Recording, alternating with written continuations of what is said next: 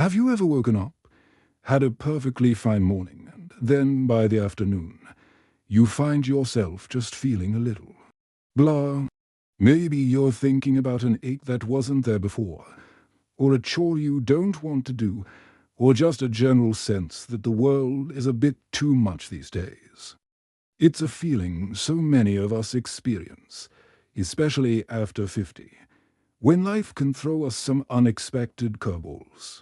But what if I told you there was a simple, 5-minute practice that could genuinely rewire your brain to focus on the good, to find more joy in the everyday, and to fundamentally feel happier? It's not a pill. It's not a complicated diet. It's something far more powerful, and we're going to talk about it today.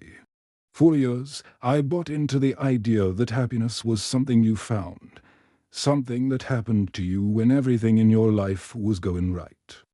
The kids were successful, the retirement account was healthy, the body felt good. But that's a fragile kind of happiness, isn't it? Because life, as we all know, is full of ups and downs. The real secret, and what neuroscience has now proven, is that happiness is a skill. It's something we can cultivate, something we can build, from the inside out, regardless of our external circumstances. And the tool for building this skill is gratitude. Now, I know what you might be thinking. Gratitude? I've heard that before. It's just about saying thank you. But this is different. This isn't about polite manners. This is about a fundamental shift in your brain's very operating system.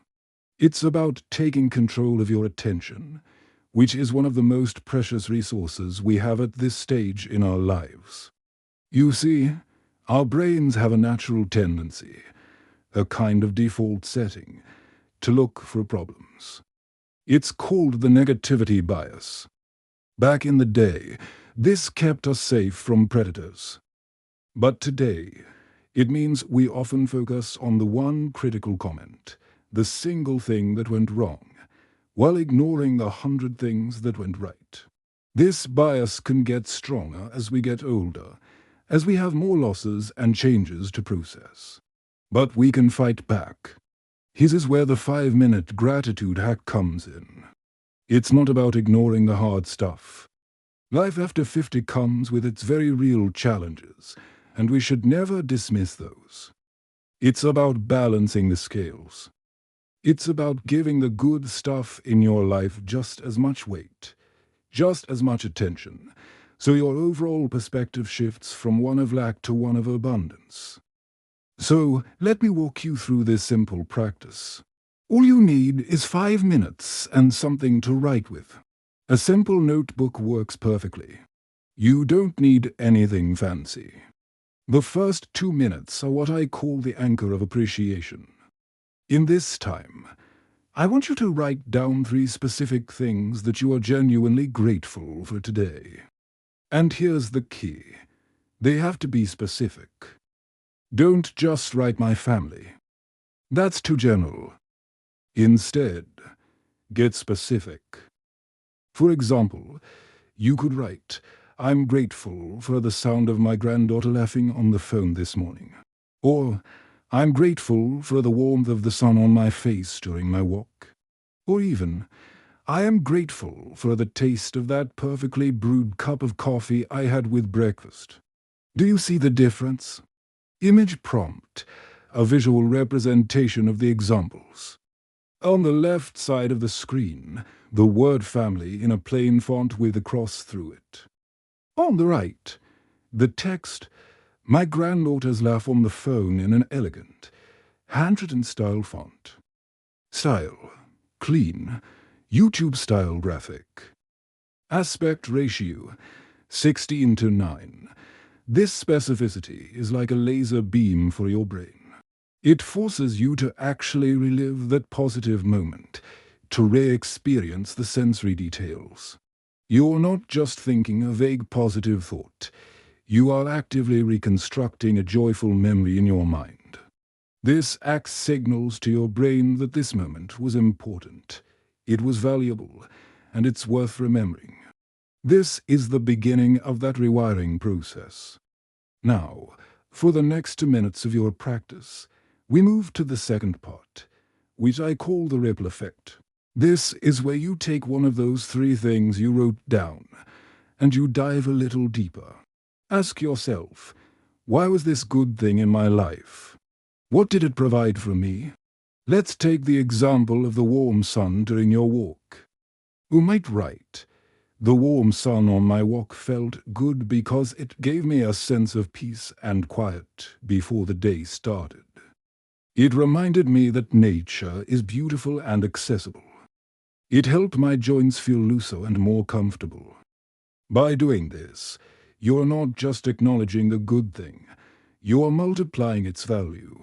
You're connecting it to your physical well-being, your mental peace, and your connection to the world around you.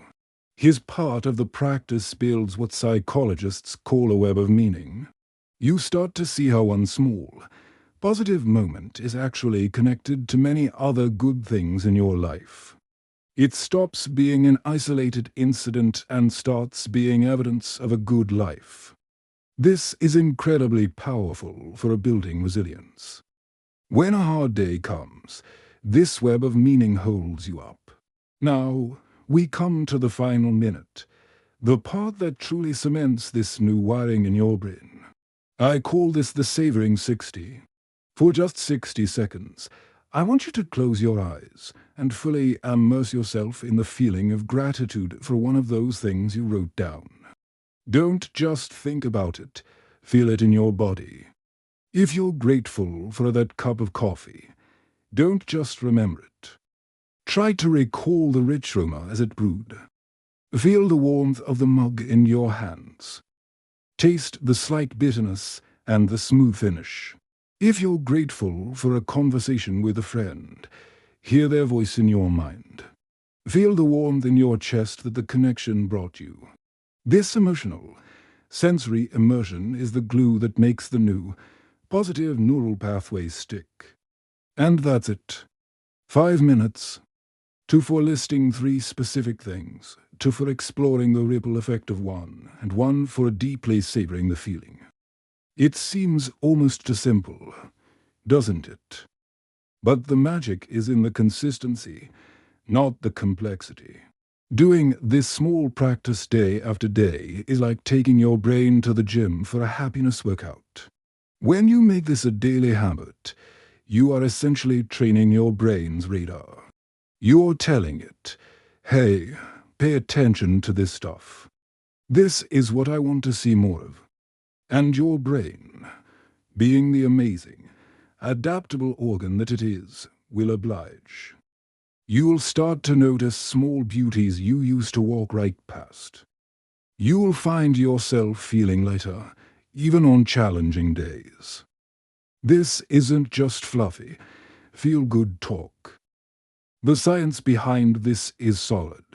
Studies using brain scans have shown that practicing gratitude regularly can increase activity in the prefrontal cortex, which is associated with better decision-making and emotional regulation.